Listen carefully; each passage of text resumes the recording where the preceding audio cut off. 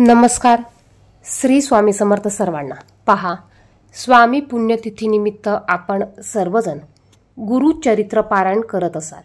काहींनी घरी केलं असेल, काहींनी केंद्रात केलं असेल. तर पहा, या गुरुचरित्र पारायणाचं उद्यापन कसं करावं. तुम्ही जर का घरी गुरुचरित्र पारायण केलं असेल तर घरी उद्यापन कसं करावं आणि केंद्रात उद्यापन कसं करावं. त्याचप्रमाणे नारळाला तडा गेला असेल तर त्याचं काय करावं, अशी बरीच माहिती आपण या व्हिडिओमध्ये पाहणार आहोत. त्याचप्रमाणे आपण जी पूजा मांडली आहे ती कधी उचलायची, नैवेद्य किती दाखवायचे, या संपूर्ण विषयीची माहिती आपण या व्हिडिओमध्ये पाहणार आहोत. त्यापूर्वी तुम्ही जर का चॅनेलवर नवीन असाल तर असेच माहितीचे व्हिडिओ पाहण्यासाठी चॅनेलला सबस्क्राईब करा. बाजूच्या बेल आयकॉनला प्रेस करा, म्हणजे जेव्हा पण मी माझे व्हिडिओ टाकेल त्याचे नोटिफिकेशन सर्वात अगोदर तुम्हाला मिळेल. कमेंट बॉक्समध्ये श्री स्वामी समर्थ लिहायला विसरू नका. पहा, स्वामींच्या पुण्यतिथीनिमित्त आपण 20 एप्रिलला गुरुचरित्र पारायण करायला सुरुवात केली आहे. तुम्ही जर का सप्ताहात गुरुचरित्र पारायण करत असाल तर त्या ठिकाणी उद्यापन केलं जातं. उद्यापन कसं करायचं, कधी करायचं, या सर्व गोष्टी तुम्हाला केंद्रात सांगितल्या जातात. त्या पद्धतीने तुम्हाला उद्यापन केंद्रात करायचं आहे.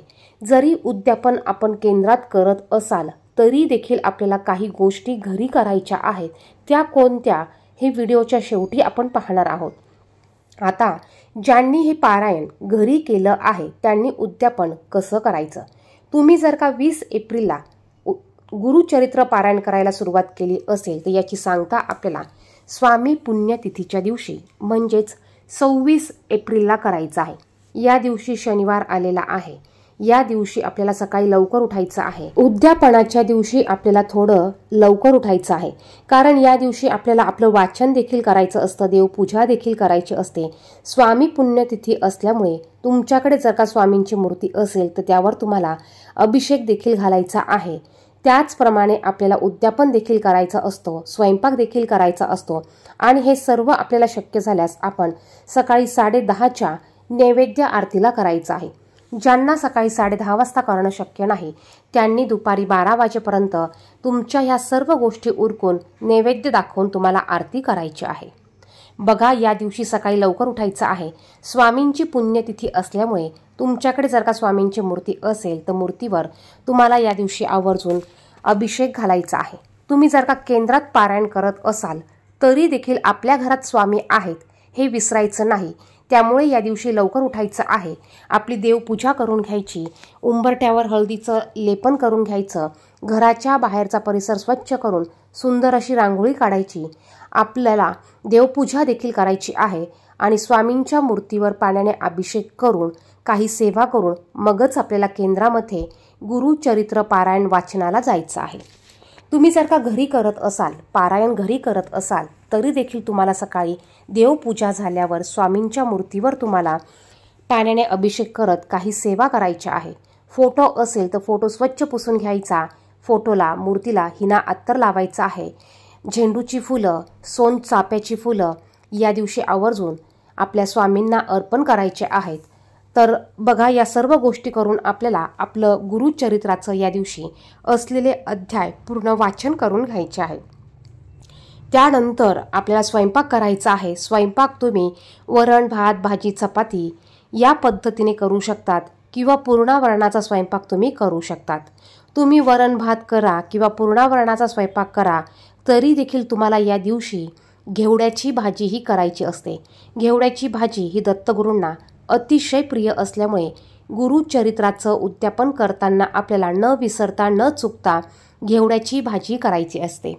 आता तुमचा स्वयंपाक झाल्यानंतर, तुमचं वाचन झाल्यानंतर तुम्हाला या दिवशी 4 नैवेद्य भरायचे असतात.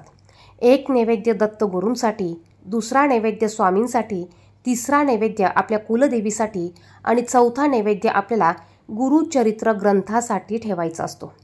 आपलं वाचन झाल्यावर आपल्याला स्वयंपाक बाकी असेल तर स्वयंपाक करून घ्या किंवा स्वयंपाक सकाळी करून मग वाचन करा. त्यानंतर नैवेद्याचे ताट तुम्हाला भरून घ्यायचे आहे. नैवेद्य भरल्यानंतर आपल्याला 4ही नैवेद्य आपल्याला एक स्वामींना, एक दत्तगुरूंना, एक कुलदेवीला आणि एक गुरुचरित्र ग्रंथाला दाखवून घ्यायचा आहे. नैवेद्य दाखवण्याच्या अगोदर आपल्याला पाण्याने एक भरीव चौकोन काढून घ्यायचा आहे. भरीव चौकोन काढल्यानंतर त्यावर आपल्याला नैवेद्याचं ताट ठेवायचं आहे. नैवेद्याभोवती 3 वेळा पाणी फिरवून नैवेद्य आपल्याला दाखवून घ्यायचा आहे. नैवेद्य दाखवल्यानंतर आपल्याला आरती करायची आहे. तुम्ही आरती एक दत्तगुरूंची एक स्वामींची केली तरी चालेल, किंवा तुम्ही एक स्वामींची आरती करा, दत्तगुरूंची आरती करा, सर्वात अगोदर गणपती बाप्पांची आरती करा, त्यानंतर देवीची आरती करा. अशा पद्धतीने तुम्ही 4 ते 5 आरत्या केल्या तरी चालणार आहे. आता हा नैवेद्य तुम्ही 12 ते 12:30 या वेळेपर्यंत दाखवून घ्यायचा आहे आणि तुम्हाला आरती करून घ्यायची आहे. नैवेद्य दाखवल्यानंतर आपल्याला नैवेद्य तसाच ठेवायचा आहे.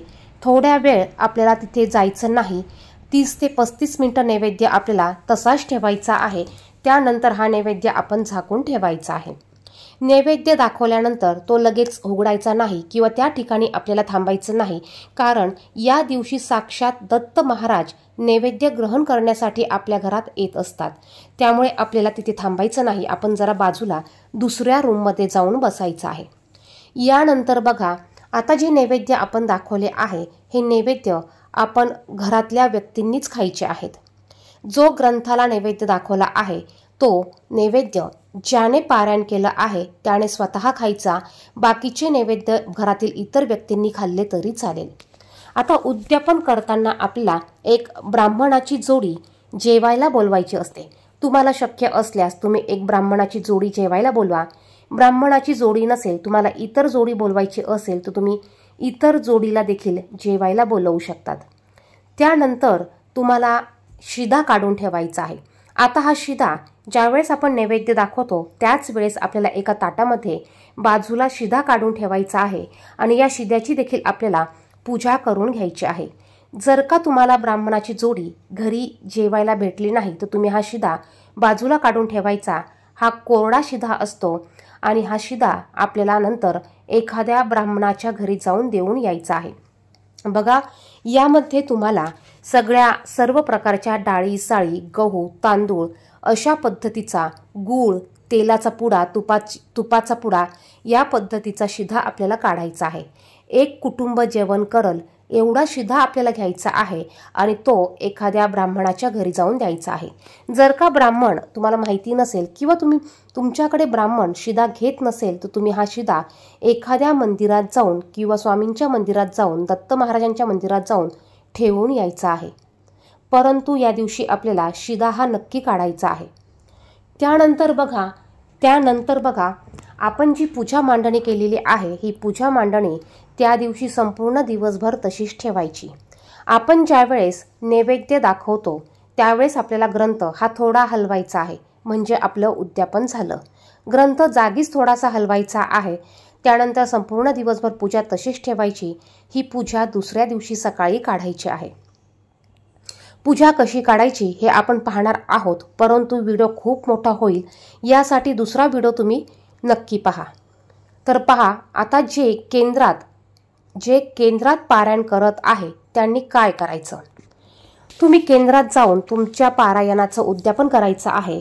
तिथे देखील ग्रंथाला नैवेद्य दाखवला जातो, परंतु आपण घरी आल्यावर आपला ग्रंथ घरी घेऊन यायचा आहे. घरी आणल्यानंतर आपल्याला देवघराच्या बाजूला पाटावर हा ग्रंथ ठेवायचा आहे. त्यानंतर आपल्या घरात स्वामींची मूर्ती आहे, त्यामुळे या दिवशी आपल्याला आपल्या स्वामींसाठी त्या ग्रंथासाठी पुन्हा थोडासा नैवेद्य बनवायचा आहे. मग तुम्ही कुठल्याही गोडाचा नैवेद्य बनवा. घरी आल्यानंतर पुन्हा आपल्याला आपल्या स्वामींसाठी नैवेद्य बनवून दाखवायचा आहे. पोथीला देखील नैवेद्य आपल्याला दाखवायचा आहे. घरी देखील आपल्याला आरती करायची आहे. बघा, पारायण जरी आपण केंद्रात करत असाल तरी देखील आपल्याला पारायणाचा जो ग्रंथ आहे, गुरुचरित्र जो ग्रंथ आहे, तो घरी आणल्यानंतर त्याची पूजा आपल्याला करायची आहे. आपल्या स्वामींची देखील आपल्याला घरी येऊन आरती करायची आहे. नैवेद्य आपल्याला दाखवायचा आहे. यानंतर पहा, तुम्हाला शक्य झाल्यास तुम्ही तुमचा उपवास किंवा तुमच्या पारायणाचं जे उद्यापन आहे त्याचं जेवण तुम्ही केंद्रात केलं तरी चालेल, किंवा पहा, आपण 7 दिवस हे पारायण करत असतो, याचा उपवास किंवा याचं तुम्ही उद्यापन घरी जेवण करून देखील तुम्ही सोडू शकतात. त्यानंतर ही पोथी संपूर्ण दिवसभर तशीच ठेवा आणि दुसऱ्या दिवशी सकाळी तुम्हाला ही पोथी उचलून ठेवायची आहे।